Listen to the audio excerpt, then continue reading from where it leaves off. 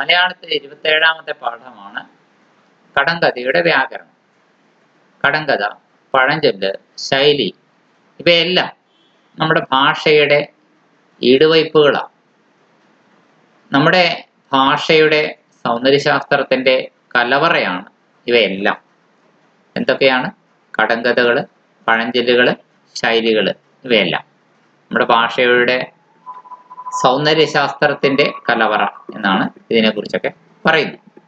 ശൈലികൾ ആശയം വ്യക്തമാക്കാനും ഉറപ്പിക്കാനും ഒക്കെ ഉപകരിക്കുന്നു എന്നാണ് പറയുക. ശൈലികളുടെ പ്രത്യേകത എന്താണ്? ആശയം വ്യക്തമാക്കാനും അത് ഒന്നുകൂടി ഉറപ്പിക്കാനും ഒക്കെ ശൈലികൾ നമുക്ക് പ്രയോജനപ്പെടുന്നു. ചില കാര്യങ്ങൾ വളരെ ലളിതമായി പറഞ്ഞാൽ മനസ്സിലാവാത്ത ചില കാര്യങ്ങൾ ചില ശൈലികളുടെ സഹായത്താൽ പറയുമ്പോഴോ അത് നന്നായി മനസ്സിലാകുന്നു. ഇനി പഴഞ്ചൊല്ലുകൾ ജീവിതത്തിലെ പ്രതിസന്ധി വേളകളിലൊക്കെ വെളിച്ചം കാട്ടുന്നുണ്ട്. ആ പഴഞ്ചൊല്ലി പറയുന്ന രീതിയിൽ അങ്ങ് മുന്നോട്ട് പോയാൽ മതി എന്ന് നമുക്ക് മനസ്സിലാവും. അതായത് കൺഫ്യൂഷൻ ഉണ്ടാകുമ്പോൾ ഒരു പ്രത്യേക ഘട്ടത്തിൽ ഇനി എന്താ ചെയ്യണ്ടേ എന്ന് നമുക്ക് തന്നെ ഒരു ആശയക്കുഴപ്പം നേരിടുന്ന സന്ദർഭത്തിൽ പഴഞ്ചൊല്ലിനനുസരിച്ച് മുന്നോട്ട് പോകുക എന്ന് നമ്മൾ തന്നെ തീരുമാനിച്ചുറപ്പിക്കുന്നു. അതാണ് പഴഞ്ചൊല്ലിന്റെ പ്രത്യേകത. എന്നാൽ അതുകൊണ്ടാണ് പഴഞ്ചൊല്ലിൽ പതിരില്ല എന്ന് നമ്മൾ പറയുന്നത്. കടങ്കഥകൾ പക്ഷേ മറ്റൊന്നാണ്. നമ്മുടെ ബുദ്ധിവ്യായാമത്തിന് ഉതകുന്നു എന്നാണ് പറയുക. എങ്ങനെയാണ്? ഒരു ബ്രെയിൻ ടീസർ പോലെയാണ് നമ്മുടെ ബുദ്ധിക്ക് ഒരു എക്സസൈസ്, ഒരു വ്യായാമം. കാരണം കടങ്കഥയുടെ പൊരുൾ എന്താണ് എന്ന് നമ്മൾ ഒരല്പം ചിന്തിക്കേണ്ടി വരും. ശരിക്കും ബുദ്ധിപരമായി ചിന്തിച്ചാലാണ് പലപ്പോഴും പല കടങ്കഥകൾക്കും ഉത്തരം കിട്ടുകയുള്ളൂ. നമുക്ക് ഉത്തരം കിട്ടിയില്ലെങ്കിലോ, കടങ്കഥയുടെ ഉത്തരം, യഥാർത്ഥ ഉത്തരം പറഞ്ഞു കഴിയുമ്പോൾ നമുക്ക് അതിനകത്ത് ഒളിഞ്ഞു കിടക്കുന്ന ആ രസം മനസ്സിലാകും. അപ്പോൾ ബുദ്ധിപരമായ വ്യായാമം മാത്രമല്ല, അതിൽ രസിപ്പിക്കുന്ന ഒരു ഘടകം കൂടി കടങ്കഥയിലുണ്ട്. കടങ്കഥയിൽ ഒരു ചോദ്യവും അതിന് ഒരു ഉത്തരവുമാണ് ഉള്ളത്. ആദ്യം ചോദ്യം ഉണ്ടാക്കുകയും പിന്നെ ഉത്തരം തേടി നടക്കുകയുമല്ല പലപ്പോഴും. കടങ്കഥയുടെ സൃഷ്ടാവ് എപ്പോഴും ചെയ്യുന്നത് മറ്റൊന്നാണ്. പപ്പടം, കിണർ എന്നിങ്ങനെയുള്ള ഉത്തരങ്ങൾക്ക് യഥാക്രമം പപ്പടത്തിന് എന്ത് ചോദ്യമാണ്? ഞെട്ടില്ല, വട്ടയില്ല. കിണറിനെ കുറിച്ച് നമുക്ക് എന്താ ചിന്തിക്കാൻ പറ്റുക? മുറ്റത്തെ ചെപ്പിന് അടപ്പില്ല, മൂടിയില്ല തുടങ്ങിയ ചോദ്യങ്ങൾ ഉണ്ടാക്കിയെടുക്കുകയാണ് ചെയ്യുക. അല്ലാതെ ചോദ്യങ്ങൾ ആദ്യം ഉണ്ടാക്കിയിട്ട് അതിനുള്ള ഉത്തരങ്ങൾ ഉണ്ടാക്കുകയല്ല. ഇനി കേൾക്കുന്നയാളെ സംബന്ധിച്ച്, കേൾക്കുന്നയാളിനെ മലയാളത്തിൽ മറ്റൊരു വാക്ക് പറയാം, ശ്രോതാവ്. ശ്രോതാവിനെ സംബന്ധിച്ച് ചോദ്യം എപ്പോഴും ഒരു ബുദ്ധിപരീക്ഷയാണ്. ബുദ്ധിപരമായി ചിന്തിച്ചാൽ മാത്രമാണ് അതിന്റെ ഉത്തരത്തിലെത്താനായിട്ട് അയാൾക്ക് കഴിയുള്ളൂ. എന്നാൽ അതിലൊരു രസമുണ്ട്. രസം അഥവാ ഫലിതം അല്ലെങ്കിൽ നർമ്മം. എന്നാൽ നർമ്മം മാത്രം കൊണ്ട് കടങ്കഥ നന്നാവില്ല. യുക്തിയും ആ രസത്തോടൊപ്പം, നർമ്മത്തോടൊപ്പം ചേർക്കണം. ഒരേപോലെ ഒത്തുചേർക്കുമ്പോഴാണ് നല്ല കടങ്കഥകൾ ഉണ്ടാവുക. ശ്രാവ്യ ദൃശ്യ മാധ്യമങ്ങളുടേതായ ഈ കാലത്ത്, ഇന്ന് നമ്മുടെ ടിവിയുടെയും റേഡിയോയുടെയും ഒക്കെ കാലഘട്ടമാണ്. നമ്മുടെ വാചിക പാരമ്പര്യത്തെ, എന്താണ് വാചിക പാരമ്പര്യം? വാമൊഴി സംസ്കാരത്തിന്റെ ഒരു പാരമ്പര്യം ഉണ്ടായിരുന്നു. ടിവിയും അല്ലെങ്കിൽ റേഡിയോയും ഒന്നും ഇല്ലാത്തൊരു കാലത്ത് മുത്തശ്ശന്മാരും മുത്തശ്ശിമാരും ഒക്കെ പഴമയുടെ വക്താക്കളായ ആളുകളൊക്കെ അവരുടെ ഓർമ്മകളിൽ നിന്ന് വാമൊഴിയായി പുതിയ തലമുറക്ക് പറഞ്ഞു കൊടുക്കുന്ന കഥയും കടങ്കഥയും ഒക്കെ അതിൻ്റെ ഒരു പാരമ്പര്യമുള്ള ഒരു പഴയ കാലമുണ്ടല്ലോ, അതിനെയാണ് വാചിക പാരമ്പര്യം എന്ന് പറയുന്നത്. ഇത് കടങ്കഥകളിലൂടെ നമ്മുടെ ആ വാചിക പാരമ്പര്യത്തെ നമുക്ക് തിരിച്ചറിയാം എന്നാണ് പറയാം. ഇനി കടങ്കഥ നമ്മുടെ ഭാഷാ പഠനത്തെ എങ്ങനെയാണ് സഹായിക്കുക എന്നതാണല്ലോ ഈ പാഠം കൊണ്ട് ഉദ്ദേശിക്കുന്നത്. കടങ്കഥയുടെ വ്യാകരണം എന്ന ഈ പാഠം എഴുതിയിരിക്കുന്നത് TB വേണുഗോപാലപ്പണിക്കരാണ്. കടം പറയൽ, കടങ്കഥ പറയൽ, ഇതൊക്കെ ഒരു മത്സരക്കളിയാണെന്നാണ് പറയുന്നത്. ഇനി തോറ്റ പക്ഷത്തിന് കടമാകും. കടം പറഞ്ഞത് തോൽക്കുന്നത് കൊണ്ട് തോൽക്കഥ എന്നും പറയും.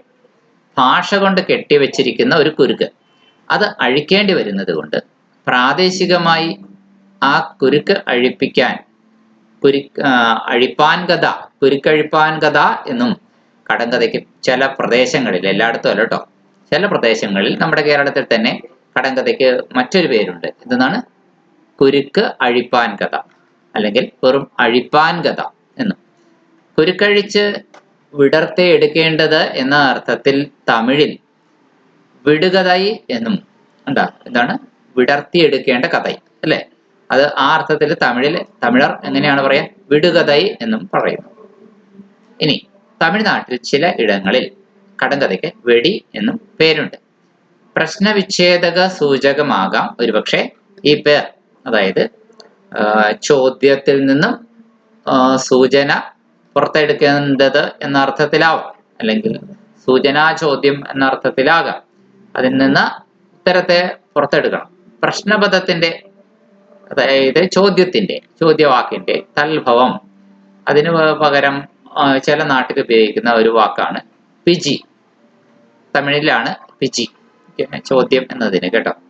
അപ്പോൾ തമിഴ് സാഹിത്യകൃതിയാണ് തൊൽക്കാപ്യം. ആ തൊൽക്കാപ്യത്തിൽ കടങ്കഥയെ കുറിക്കാൻ ഈ പിജി എന്നും പറയാറുണ്ട്. എന്തായാലും ഇത് തന്നെയാകാം പിന്നീട് പുതിർ എന്നും കേൾക്കുന്നത്. എന്തായാലും കന്നഡത്തിലും തുളുവിലും ഒഗഡു, തെലുവിൽ വിടികഥ എന്നൊക്കെ പറയും. വിടികഥ എന്ന പേര് കന്നഡത്തിലുണ്ട് കേട്ടോ. സംസ്കൃതത്തിലെ ഗൂഢപ്രശ്നം, സംസ്കൃതത്തിൽ കടങ്കഥയ്ക്ക് ഗൂഢപ്രശ്നം, കാരണം ഉത്തരം ഒളിഞ്ഞു കിടക്കുകയാണ്, വളരെ ഗൂഢമാണ്. പ്രശ്നം എന്ന് പറഞ്ഞ ചോദ്യമാണല്ലോ. ഇനി ചിത്രപ്രശ്നം, ഇവയും ഗൂഢോക്തിയും ഓരോ വക കടങ്കഥകൾ തന്നെ. ഇനി പ്രഹേളിക, പ്രവഹ്ലിക എന്നൊക്കെ പറയുന്നവരും കടങ്കഥകളെ പോലുള്ളവ തന്നെയാണ്. പ്രശ്നം പാലിയിൽ പൻഹ എന്ന രൂപം ധരിക്കുന്നു. പ്രശ്നം എന്ന് പറഞ്ഞാൽ ചോദ്യം. ചോദ്യത്തിന് സംസ്കൃതം പഴയകാലത്ത് വലിയ ആഢ്യന്മാര് പറയുന്ന ഭാഷയാണെങ്കിൽ സാധാരണക്കാർ പറയുന്ന വേറൊരു ഭാഷയും ആ നാട്ടിൽ ഉണ്ടായിരുന്നു, നമ്മുടെ നാട്ടില് പാലി.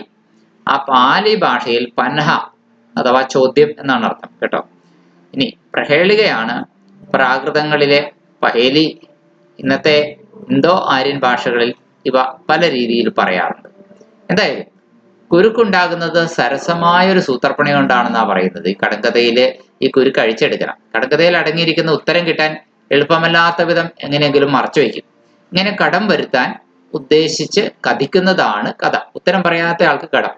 അങ്ങനെ കടം വരുത്താൻ വേണ്ടി മനഃപൂർവ്വം ഉണ്ടാക്കുന്ന ചോദ്യമാണ്. അങ്ങനെ കഥിക്കുക മീൻസ് പറയുകയാ, അങ്ങനെ പറയുന്നതാണ് കടങ്കഥ. തോൽവി സമ്മതിച്ച് ഉത്തരം ചോദിച്ചറിയുമ്പോഴാണ് ശരിയാണല്ലോ എന്ന് തോന്നുന്നത്. അല്ലാതെ തീരെ പരിചയമില്ലാത്ത ഒരു കടങ്കഥ വെറുതെ ആലോചിച്ച് ഉത്തരം പറയുക എപ്പോഴും എളുപ്പമല്ല. ചുണ്ടാണ് അപ്പം എന്നുച്ചരിക്കുമ്പോൾ കൂടുന്നതും അട എന്നുച്ചരിക്കുമ്പോൾ വിടരുന്നതും എന്ന് ഉച്ചാരണം ശ്രദ്ധിച്ചാൽ മനസ്സിലാവും. ചോദ്യം എങ്ങനെയാണ്? അപ്പം എന്ന് പറയുമ്പോൾ കൂടും. മനുഷ്യന്റെ ചുണ്ടുകൾ അങ്ങനെയാണല്ലേ. അപ്പം എന്ന് പറഞ്ഞ വാക്കൊന്ന് നിങ്ങളൊന്ന് പറഞ്ഞു നോക്കിയേ. അപ്പൊ നമ്മുടെ ചുണ്ടുകൾ കൂടും. അട എന്ന് പറഞ്ഞു നോക്കിയേ, ചുണ്ടുകൾ വിടരും. അപ്പോ അപ്പം എന്ന് പറയുമ്പോൾ കൂടുന്നതും അട എന്ന് പറയുമ്പോൾ വിടരുന്നതും എന്ത്? ഉത്തരം ചുണ്ട്. ഇനി ആപത്തിൽ കൂടും അടയിൽ കൂടില്ല, മറ്റൊരു കടങ്കഥയാണ് കേട്ടോ. അങ്ങനെയാണ്, ആപത്തിലല്ല, അപ്പത്തിൽ കൂടും അടയിൽ കൂടില്ല എന്ന കടങ്കഥ കേട്ടപാടെ ഈ പലഹാരങ്ങളുടെ ചേരുവ പരിശോധിക്കാൻ തുടങ്ങിയാലോ അയാൾക്ക് വഴിതെറ്റി, ആലോചനയുടെ വഴിതെറ്റി. ഇങ്ങനെ ആലോചനയുടെ വഴിതെറ്റിക്കലാണ് കടങ്കഥയുടെ എല്ലാത്തിന്റെ ഉദ്ദേശം. കടങ്കഥയുടെ കുരുക്ക് പ്രഹേളികാത്വം എவ்விധമെല്ലാം സംഭവിക്കുന്നു എന്ന് നമുക്ക് അന്വേഷിക്കാം. വിശദമായി അന്വേഷിക്കുന്നതിന് നമ്മൾ വേറൊരു വാക്ക് പറയും, എന്നാൽ അപഗ്രഥിച്ചു നോക്കാം. പലപ്പോഴും വിരോധ പ്രതീതിയെ ആശ്രയിച്ചാണ് കടങ്കഥയുടെ നിൽപ്പ്. ഒപ്പം ഉത്തരത്തിലെത്താൻ വിഷമമുണ്ടാക്കുന്ന അനാവശ്യ വിവരങ്ങൾ ചിലപ്പോൾ നൽകുകയും ചെയ്യും. ഒരു ആവശ്യമില്ലാത്ത കാര്യങ്ങൾ നൽകും അല്ലേ?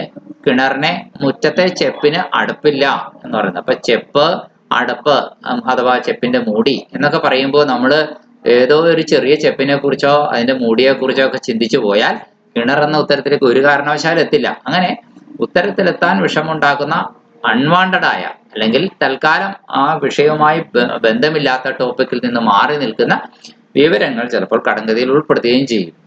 ഇങ്ങനത്തെ ഒരു കടങ്കഥയാണ് അച്ഛനൊരു പട്ട് തന്നു മുക്കിയിട്ടും നനയുന്നില്ല എന്നതും അച്ഛനൊരു ഉരുള തന്നു ഉണ്ടിട്ടും തീരുന്നില്ല എന്നതും. മുക്കിയിട്ടും നനയാത്ത പട്ട് ചേമ്പിലയാണ്. ചേമ്പിലയില് എത്ര വെള്ളം നനഞ്ഞാലും അത് നനയില്ല. ഉണ്ടിട്ട് തീരാത്ത ഉരുള അമ്മിപ്പിള്ളയാണ്. എന്ന് വെച്ച് കഴിഞ്ഞാല് പഴയ കാലത്ത് മിക്സിയൊന്നും ഇല്ലാത്ത കാലത്ത് അരയ്ക്കാനായിട്ട് സ്ത്രീകളാണ് കൂടുതലും ഈ അമ്മി കല്ലിന്മേല് പിള്ളക്കല്ലെന്ന ചെറിയ കല്ല് ഉരുട്ടി ഉരുട്ടി ഇങ്ങനെ എന്ത് ചെയ്യുന്നു, എത്ര കൊണ്ടിട്ടും അത് തീരുന്നില്ല എന്നത്.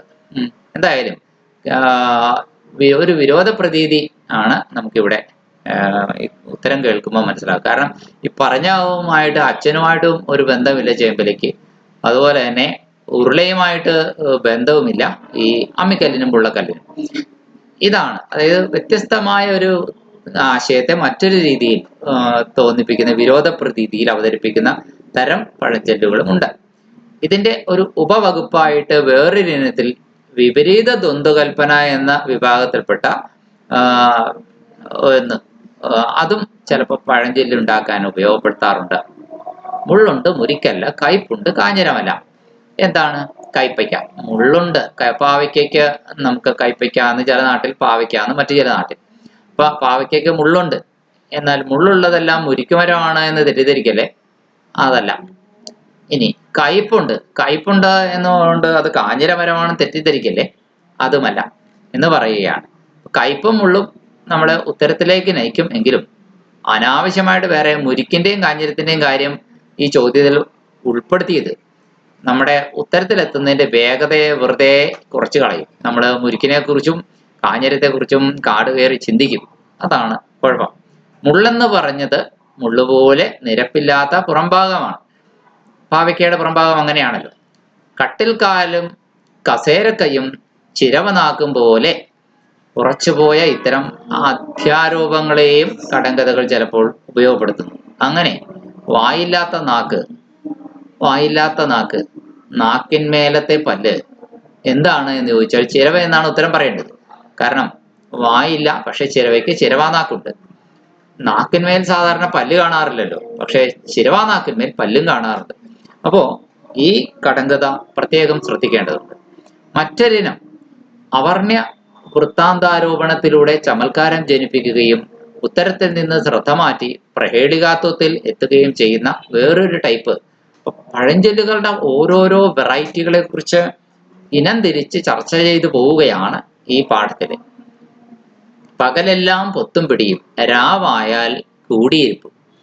കലഹിക്കുന്ന കെട്ടിയവനും കെട്ടിയവളുമല്ല, കൺപോളകളെ കുറിച്ചാണ് പറയുക. ഓക്കെ, പകലെല്ലാം പൊത്തും പിടിയും എന്ന് പറയുന്നത്, കൺപോളകൾ പകല് നമ്മൾ എപ്പോഴും കണ്ണ് ചിമ്മിക്കൊണ്ടിരിക്കും. രാത്രി ഉറങ്ങുന്നത് കൊണ്ട് രണ്ട് മുകളിലും താഴെയുമുള്ള കൺപോളകൾ കൂടിച്ചേർന്നാണ് ഇരിക്കുന്നത്. ഇതാണ് ആശയം. ഇനി തോളിൽ തൂങ്ങും തല്ലും കൊള്ളും, കുസൃതി ചെറുക്കനല്ല, ചെണ്ടയാണ്.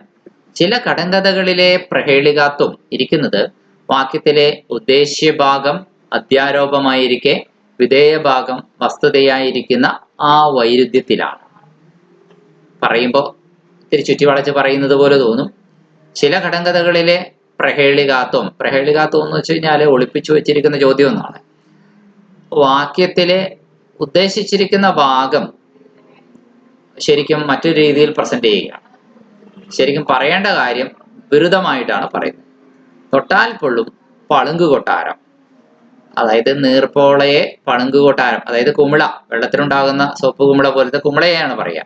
അതിനെ പളുങ്ക് കൊട്ടാരമായി കൽപ്പിച്ചിരിക്കുന്നതിൽ അധ്യാരോപമുണ്ട്. കണ്ടോ? കാരണം പളുങ്ക് കൊട്ടാരത്തോട് ഉപമിച്ചിരിക്കുകയാണ്. പളുങ്ക് എന്ന് പറഞ്ഞു കഴിഞ്ഞാൽ ഒരു ഗ്ലാസ് പോലെ എന്ന് വേണമെങ്കിൽ പറയാം. പളുങ്കായാലും തൊട്ടാൽ പൊട്ടുക വയ്യ, അവിടെയാണ് ചേർച്ചയില്ലായ്മ. മഞ്ഞളിനെ നിലം കീറിയെടുത്ത പൊന്നായി കൽപ്പിക്കുന്ന കടങ്കഥയും ഈ വകുപ്പിൽ പെടുന്നു. കാരണം മഞ്ഞൾ ചെടി, മണ്ണിനിൽ നിന്നാണ് മഞ്ഞൾ എടുക്കുക, പക്ഷെ അത് പുറത്തെടുക്കുമ്പോൾ മഞ്ഞളിന്റെ നിറം കാണുമ്പോൾ അത് പൊന്നിന്റെ നിറമുണ്ട്. അപ്പൊ നിലം കീറിയെടുത്ത് പൊന്നാണ് മഞ്ഞള്. ഇങ്ങനെ ഒരു പഴഞ്ചൊല്ല് നമുക്ക് ചിന്തിക്കാം. പ്രവൃത്തിയിൽ പൊരുത്തമില്ലാത്ത രണ്ട് വാങ്മയ ചിത്രങ്ങളെ ഉപഗൂഹനം ചെയ്യുന്ന കടങ്കഥകളാണ് മറ്റൊരു വകുപ്പ്. തനി നാടൻ കടങ്കഥകളിൽ നിത്യപരിചയത്തിലുള്ള പ്രവൃത്തികളും വസ്തുക്കളുമാണ് പ്രതിപാദ്യ വിഷയങ്ങൾ. സാധാരണ പരിചയമുള്ള പ്രവൃത്തികളാണ് തൈര് കടയിലും തെങ്ങുചത്തലും മറ്റും. സാധാരണ നമുക്ക് പരിചയമുള്ള കാര്യങ്ങൾ, സാധാരണ പരിചയമുള്ള വസ്തുക്കളാണ് അടപലക, ഓലക്കുട, കയിൽ, കലം, തേങ്ങ, ചീര, ആട്. ഇതൊക്കെ ഇവയെ കടങ്കഥയിൽ അങ്ങോട്ടും ഇങ്ങോട്ടൊക്കെ മാറ്റിവെക്കും, പ്രവൃത്തിയെ ചെയ്യുന്ന ആളാക്കി മാറ്റും. ഉൽപ്പന്നത്തെ അതുണ്ടാക്കുന്ന വസ്തുവായ ഉൽപാദകനായോ മാറ്റും. ഇതൊക്കെയാണ് കടങ്കഥയുടെ ചില സൂത്രപ്പണികൾ എന്നുകൂടി പറയും.